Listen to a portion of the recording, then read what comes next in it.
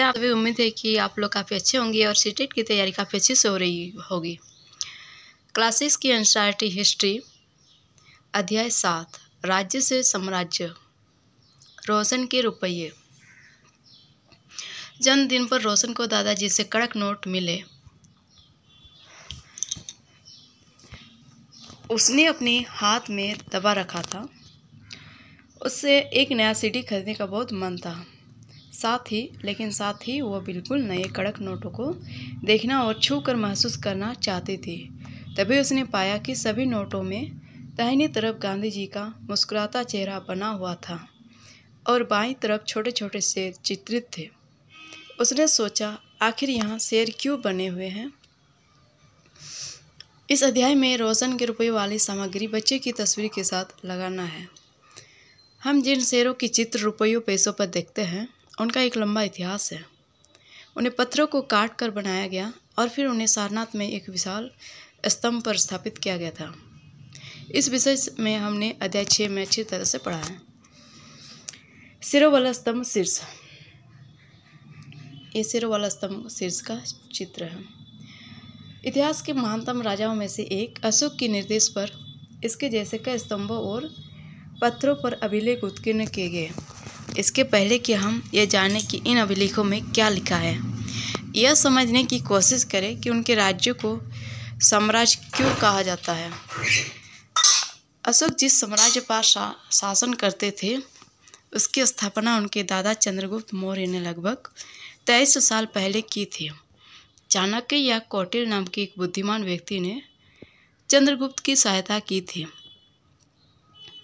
चाणक्य के कई विचार हमें अर्थशास्त्र नाम की किताब में मिलते हैं। साम्राज्य में बहुत से नगर थे। मानचित्र में उन्हें काले बिंदु से दिखाया गया है। इनमें साम्राज्य की राजधानी पाटलिपुत्र, उज्जैन और तक्षशिला जैसे नगर प्रमुख थे। तक्षशिला उत्तर पश्चिम और मध्य एशिया के लिए आने जाने का मार्ग था। दूसरी तरफ उज्जैन उत्तरी भारत से दक्षिणी भारत जाने वाले रास्ते में पड़ता था। शायद नगरों में व्यापारी, सरकारी अधिकारी और शिल्पकार रहा करते थे। साम्राज्य के बहुत बड़े क्षेत्रों में किसानों और पशुपालकों के गांव बसे हुए थे। मध्य भारत जैसे इलाकों में ज़्यादातर हिस्सा जंगलों से भरा हुआ था। वहाँ पर लोग फल फूल का संग्रहण और जानवरों का शिकार करके जीविका चलाते थे। साम्राज्य के अलग अलग इलाकों में लोग भिन्न भिन्न भाषाएं बोलते थे। वे लोग शायद अलग अलग प्रकार का भोजन करते थे और यहाँ तक कि अलग अलग किस्म की पोशाक भी पहनते थे। फ्रेंड्स, ये एनसीईआरटी रीड करने का मेरा मकसद यही है कि बहुत सारे स्टूडेंट ऐसा होते हैं जो पढ़ नहीं पाते हैं, सही समय निकाल कर नहीं पढ़ पाते हैं। वे लोग काफ़ी खाली सुनकर एनसीईआरटी बुक को अच्छी तरह से रीड कर पाएंगे। वो काम करते करते भी सुनकर अपना तैयारी भी हो जाएगी और इधर आपका काम भी हो जाएगा।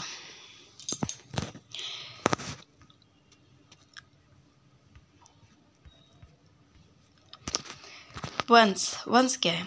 जब एक ही परिवार के कई सदस्य एक के बाद एक राजा बनते हैं तो उन्हें एक ही वंश का राजा या एक ही वंश का कहा जाता है।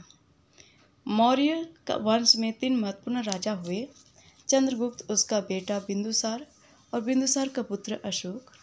मैं इसको रिपीट कर रही हूँ। चंद्रगुप्त, उसका बेटा बिंदुसार और बिंदुसार का पुत्र अशोक।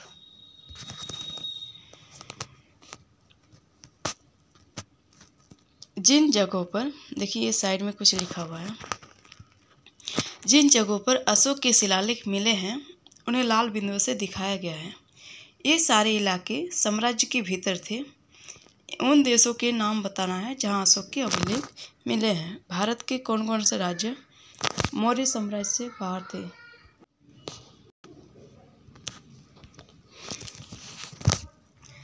देखिए यहाँ पर मानचित्र दिया हुआ है।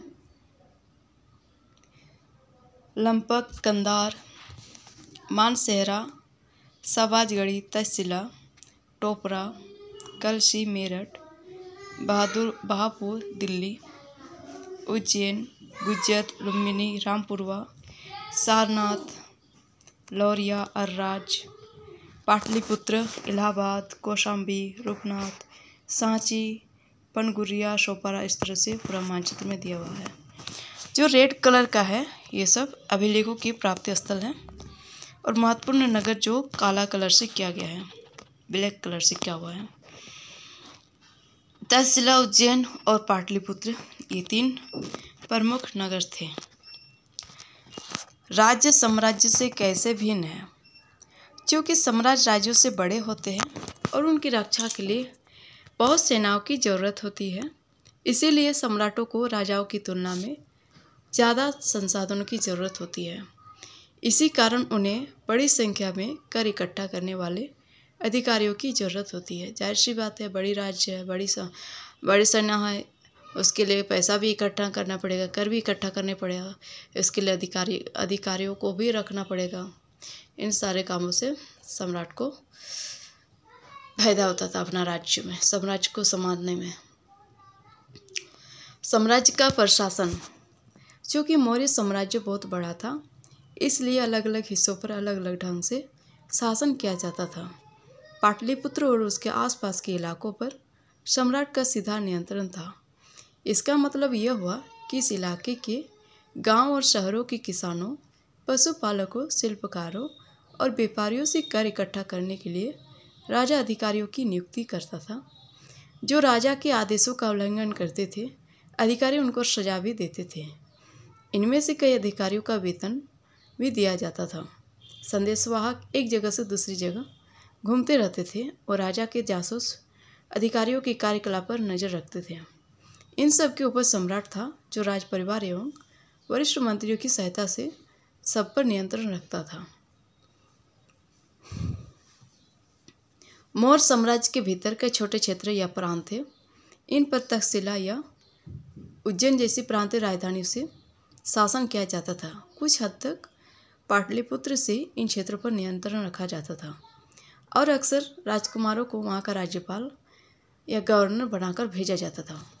लेकिन ऐसा लगता है कि इन जगहों पर स्थानीय परंपराओं और नियमों को ही माना जाता था।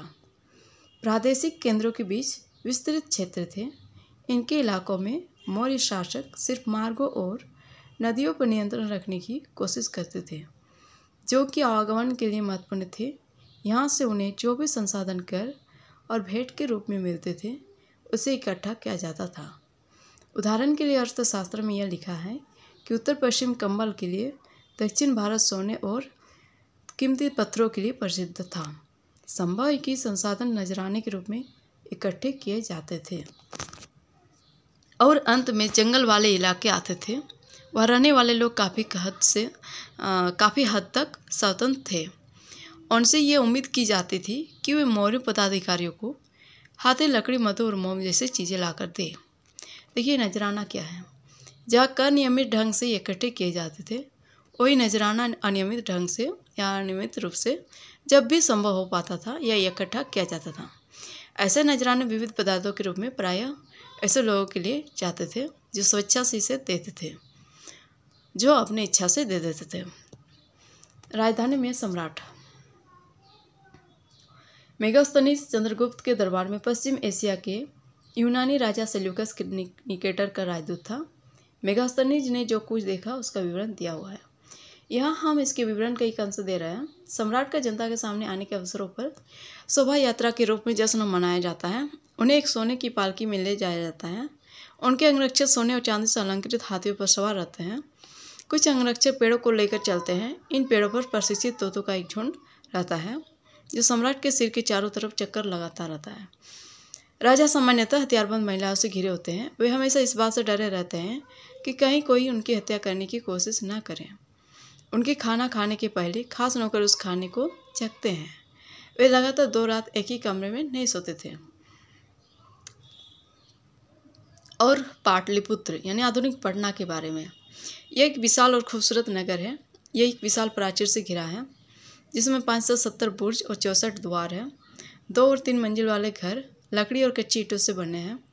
राजा का महल भी काठ से बना है जिसे पत्थर की नक्काशी से अलंकृत किया गया है। ये चारों तरफ से उद्यानों और चिड़ियों के लिए बने बसेरों से घिरा है। इस तरह से दिया हुआ है।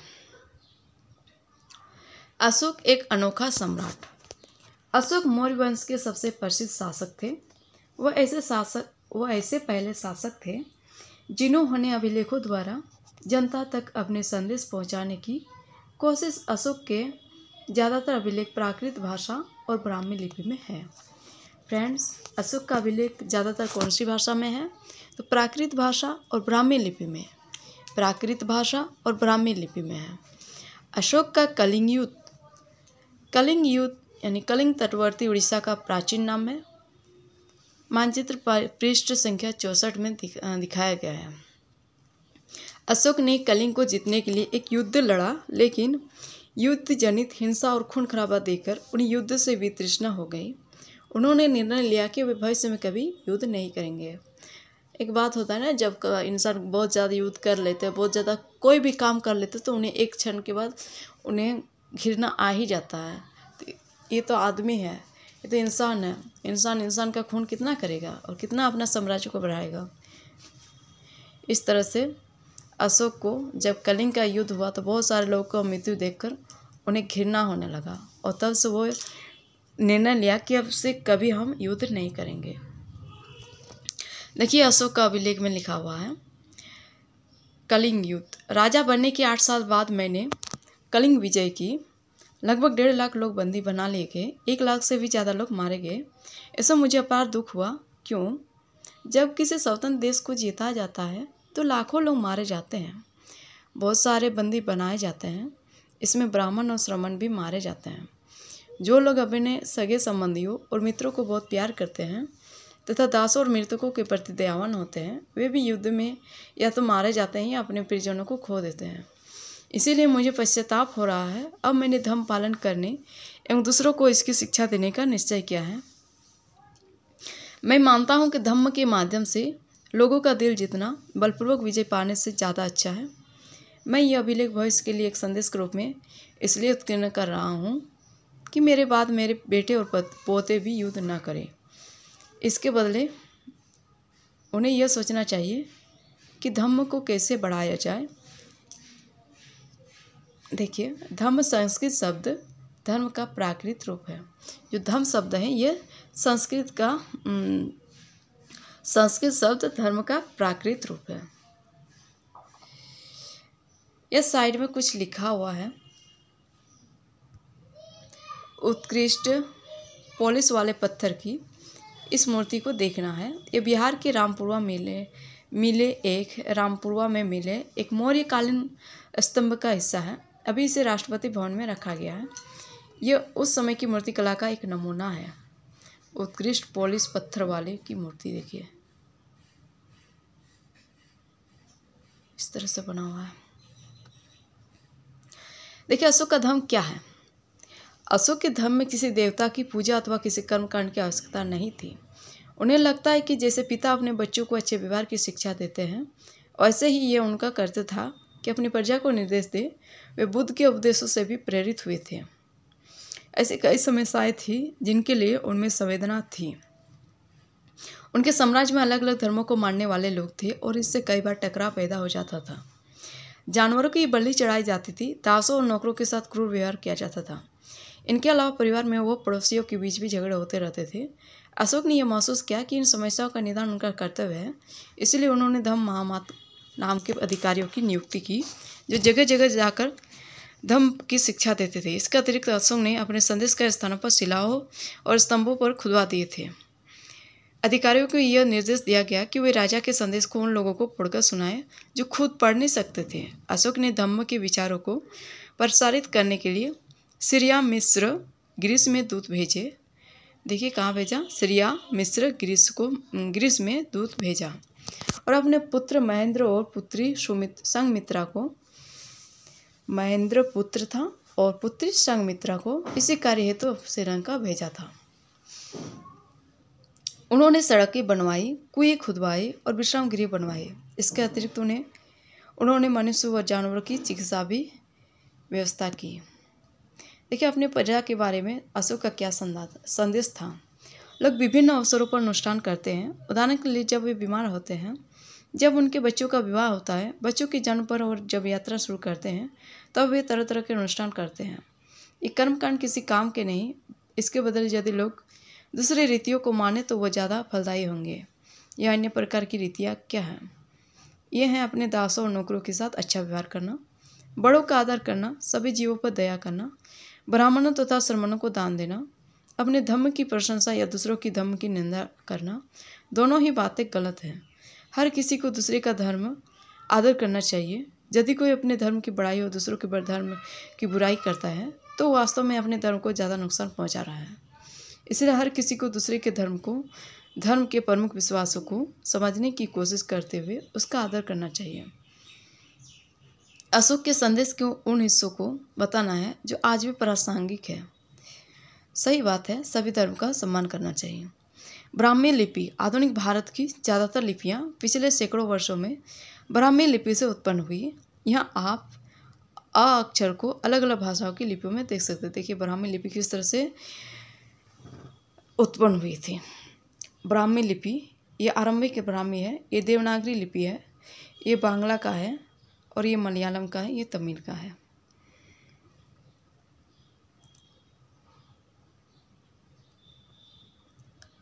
देखिए इस तरह से मानचित्र बना हुआ था।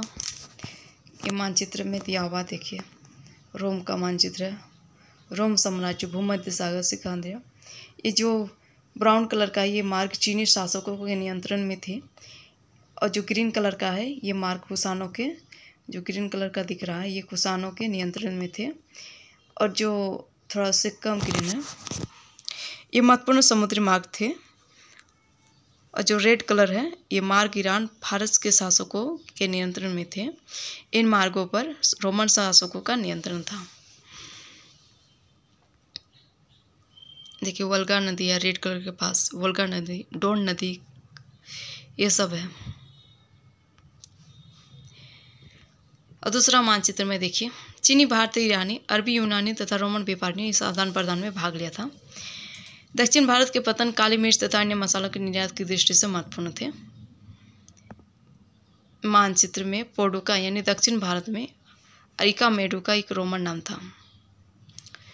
पोडुका दक्षिण भारत में है और अरिका मेडुका ये रोमन नाम था। आगे की बात, लगभग 2200 वर्ष पहले मौर्य साम्राज्य का पतन हो गया। इसके स्थान पर साथ ही अन्य जगहों पर भी कई नए राज्यों का उदय हुआ।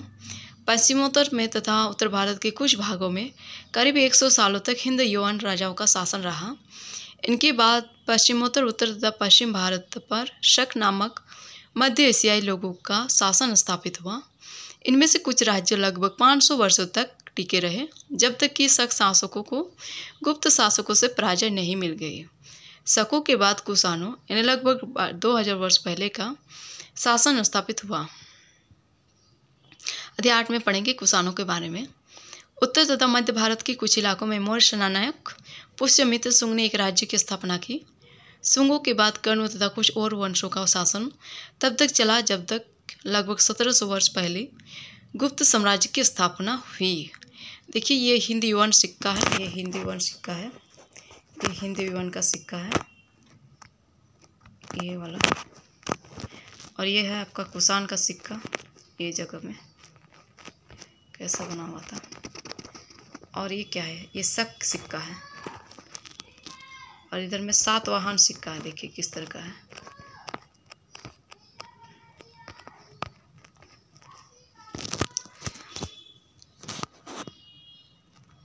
ये वाला तो हो गया। हमने देखा कि पश्चिमी भाग के कुछ हिस्सों पर शकों का शासन था। इसको पढ़ती हूँ। यहाँ पश्चिमी भारत तथा मध्य भारत पर शासन कर रहे सातवाहन शासकों के साथ इनके कई युद्ध हुए। लगभग 2100 साल पहले स्थापित सातवाहन राज्य लगभग 400 सालों तक टिका रहा। लगभग 1700 वर्ष पहले मध्य तथा पश्चिमी भारत में वाकाटक वंश का शासन स्थापित हुआ। दक्षिण भारत में 2200 से 1800 साल पूर्व के बीच चोलों, चेरों तथा पांड्यों ने शासन किया। लगभग 1500 साल पहले पल्लवों और चालुक्यों के दो बड़े राज्यों की स्थापना हुई। इसके अलावा और भी कई राज्य और राजा थे। इनके बारे में हम उनके सिक्कों, पांडुलिपियों तथा पुस्तकों से पता चलता है। इन सब के साथ साथ अनेक ऐसे परिवर्तन भी हो रहे थे जिनमें सामान्य स्त्री पुरुष का महत्वपूर्ण योगदान था। इनमें कृषि का प्रसार, नए शहरों का विकास, उद्योग तथा व्यापार में प्रगति थी। व्यापारियों ने एक तरफ जहाँ उपमहाद्वीप के अंदर तथा बाहर जमीन के रास्तों की खोज की, वहीं पश्चिम एशिया, पूर्वी अफ्रीका तथा दक्षिण पूर्वी एशिया के समुद्री रास्ते भी खुले। मंदिरों, स्तूपों तथा अन्य इमारतों का निर्माण हुआ, किताबें लिखी गई, साथ ही वैज्ञानिक खोजें भी हुई। ये सारी बातें साथ साथ हो रही थी। इस पुस्तक के बाकी हिस्सों को पढ़ते हुए हमें बातों को ध्यान में रखना है। फ्रेंड्स, इस तरह से ये चैप्टर समाप्त हुई। ये ऑडियो वीडियो आपको कैसी लगी? पसंद आया तो आप कमेंट करके ज़रूर बताइएगा, और वॉइस कैसी थी ये भी बताइएगा। मेरी उम्मीद है कि आप लोग को ये वीडियो से आपको हेल्प होगी। आपको एक बार में समझ में नहीं आ रहा है तो 2 बार देखिए, 2 बार 3 बार सुन लीजिएगा, इससे आपको फ़ायदा ज़रूर होगा। Thank you so much.